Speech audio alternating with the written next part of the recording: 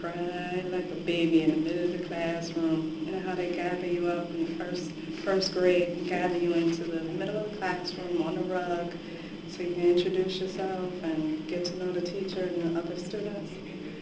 I sat there, the tears just rolled down my face.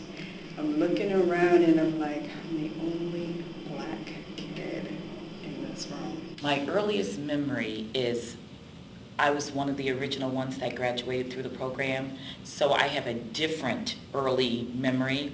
And my early memory was having all the television cameras and news people out at bus stops picking the children up because this was the first thing that's ever happened in the United States. So being very afraid, didn't know what was going to happen, knew that my mom said this was something that I had to do. I had to make the best of it, knew that it was going to be out of my comfort zone, but I did it anyway. Well, some very wise people designed this program and set it up. You've met Trudy Miro Johnson. And the person that she teamed with was Dr. Alexander Plant from the State Department of Education. She introduced me to Dr. Plant, and they had, I would call little workshops. They would come to our tenants association, and we would have parents there, and they would ask the parents different questions about education. You know, if your child could go to school in suburbia, would you let your child go, and et cetera, like that. And that's how I first knew about it. And that was about 2 years before Project Concern began in 1966. Trudy was working then for the Department of Community Affairs, since it has changed its name. Mm-hmm. She was very involved in the community, and she had children in the schools. Her children, 5 children, the older ones were in the Hartford schools and were going through, and she's saying, something is wrong. Project Concern was supported by the business community all the way. Why? Without them. Because the approach we used with them was what we saw that could happen to children in isolation. And what I knew was going on in the Hartford schools. I was at a school where the students there may have been some whose parents, because I don't think the students at that time, including myself, had the maturity to kind of form an opinion of things. But there may have been students there whose parents did not want me to be there. But I never knew that. The students welcomed me with open arms. I was just another kid to them, and they were just another kid to me. You adjusted to whatever was going on there. You acted like those kids would act, and you eventually develop a lifestyle that was closer to what their lifestyle was versus the community norms that you were used to. And the whole concept was to get a better education, so you understood that message. So this was part of the learning process, is to make the adjustments from the community that you grew up in into a different community. So it's like maybe, you know, analogous to speaking 2 languages. You can speak 2 languages at the same time, or 3, and you understand the nuances between each of them, and you're able to appreciate the nuances between them. They didn't have lunch cafeterias like we used to eat in the basement. You had to bring your lunch, or you could go home for lunch. So my friends used to go home for lunch because their parents stayed at home, they didn't work. So I used to go home with a friend of mine to her house, and we used to have, her mother used to make hamburgers and french fries for lunch, you know, like real dinner meals at lunchtime, and I couldn't wait. That was the best part of my day, is like going home to somebody's house for lunch, get a real big fancy meal. So I'm sorry you had a traumatizing experience when you went home to people's house, but when I went home with somebody, I had a good time. Well, that goes back too, because she's more outgoing. I had so much fun. I was kind of quiet and shy, so I would go to these people, you know, houses, and there were boys. It would be a boy's house, and so I'm a girl. I'm sitting there. What kind of, you know, I was shy. She wasn't. So I never had I never clashed with anyone. No one ever made me feel unwelcome there. I enjoyed it. I met one family the young lady her name was Joyce Cable. We are still friends.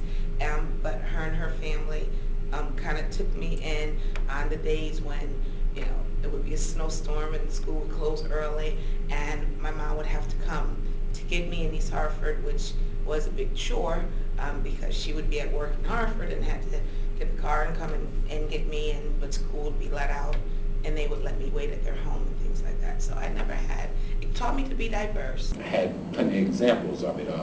You know, I was in a push me, pull you, catch-22 situation with my people that I played with in Hartford. It was like, oh, you little Oreo, you go to that white school and everything else like that, you know. So I was accepted, but I still was slightly on the outside, sometimes. But you know, it was like, okay, well, let's go ask Gerald because you know he goes to that white school, he know everything, you know. So I was put on a pedestal sometimes because of my education.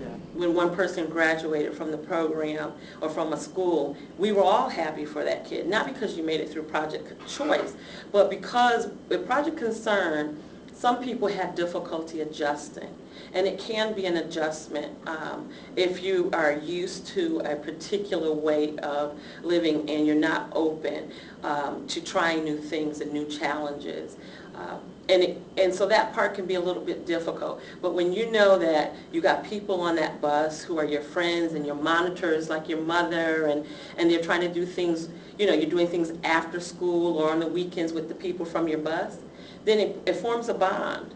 And as you figure out you're meeting those people, and then as you're going into your particular programs and into your particular schools, and you're meeting the students from the school, and this one lives in this big, humongous house where my house could fit inside of it 3 times. You know, it's a unique experience, but one I don't think I would ever change. So the staff helped me out as much as they could. My peers, on the other hand, many of them have not engaged in any kind of interaction with minorities before, so that was very difficult. I realized at a very early age that racism is a learned behavior that one learns from home, and that you can tell pretty much the children who were raised a certain way, and then you can tell just by 10-minute conversation of others that were raised a different way. So that was a rude awakening to me. Some of the parents want to make sure their children would be treated right out there. It's a new experience, and my child's going out of the neighborhood. But what gave them confidence was that we had what they call non-paraprofessionals. We said teacher aides. That was like a parent who would go out on the bus and work in the school all day and be there for the child in case the child needed any kind of support. The child had someone there just like he was or she was. We wanted all the kids to see professional minorities in the school, so that some of these schools had never had a professional in their system before. And that was also a part of Project Concern, was so that all of the kids would see role models from the different ethnic groups. The support was there. Like I said, back in the early 70s, late 60s, this was a really controversial thing. Everybody was not in favor of it. There were black people who were totally against it, and there were plenty of white people who were totally against it. And I guess the support from my family was there. I had older siblings who went to school in the city of Hartford, and they were not happy about it. The fact that I was, not going to school in the city of Hartford. For starters, just being exposed to a new group of people, a different way of doing things.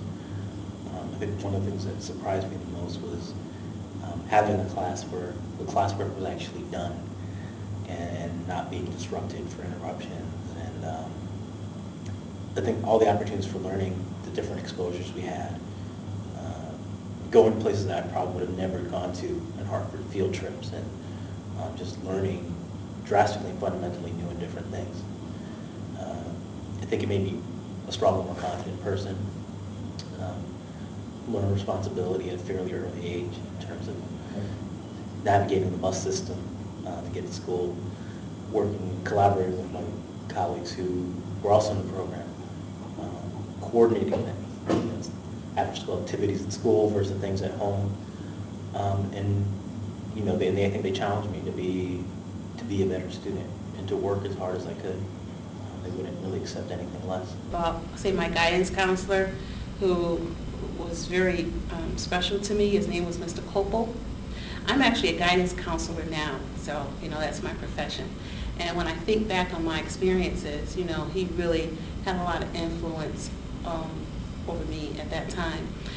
I was a first-generation college graduate, so my mom didn't have a lot of experience about, furthering my education beyond high school. Actually, she knew nothing about it at the time. She was real clueless. And I'm sure that if it wasn't for him, that I probably would not have gone to college. But I will say that my mom was very supportive of all his suggestions. Even though she didn't know anything about going on to college, she encouraged me to follow whatever my guidance counselor was telling me, so she was really supportive. I was a freshman at Connor, and my cousin actually was going to Weaver. She was in her senior year. And we were sitting down one day doing homework, pulling out my science book. Are you doing the same thing she was doing? Same exact thing. And she's like, I got that science book. And I looked at her and I said, huh? She was like, we're in that same science book. And I think even for the timing of that year, I think it was probably closer to like fall time, but we were still even further in the book than they were at the time, which really shocked me. And I'm like, you're a senior, why are we in the same? He wasn't able to get himself and focused in the right direction. In Simsbury, his education has gotten better. He's able to more focus on himself, not worry about anybody bothering him. He has come home loving his homework. He enjoys his teacher. We have a one-on-one, more like a one-on-one, even though it's a group setting, it's more like a one-on-one, able to speak to the teacher. And it's great that the teacher is able to communicate with us and let us know that, yes, this is Wilfredo doing this. We have made strides in, hiring intervention specialists and building a strong team and the relationship that we have developed with the suburban towns. How I think it can improve is, one, I believe, is to still shorten some of the bus rides, and to continue to seek ways to have the students to participate in later activities. Our late buses currently leave about 4:30 from the towns, and most of their sports activities starts after that.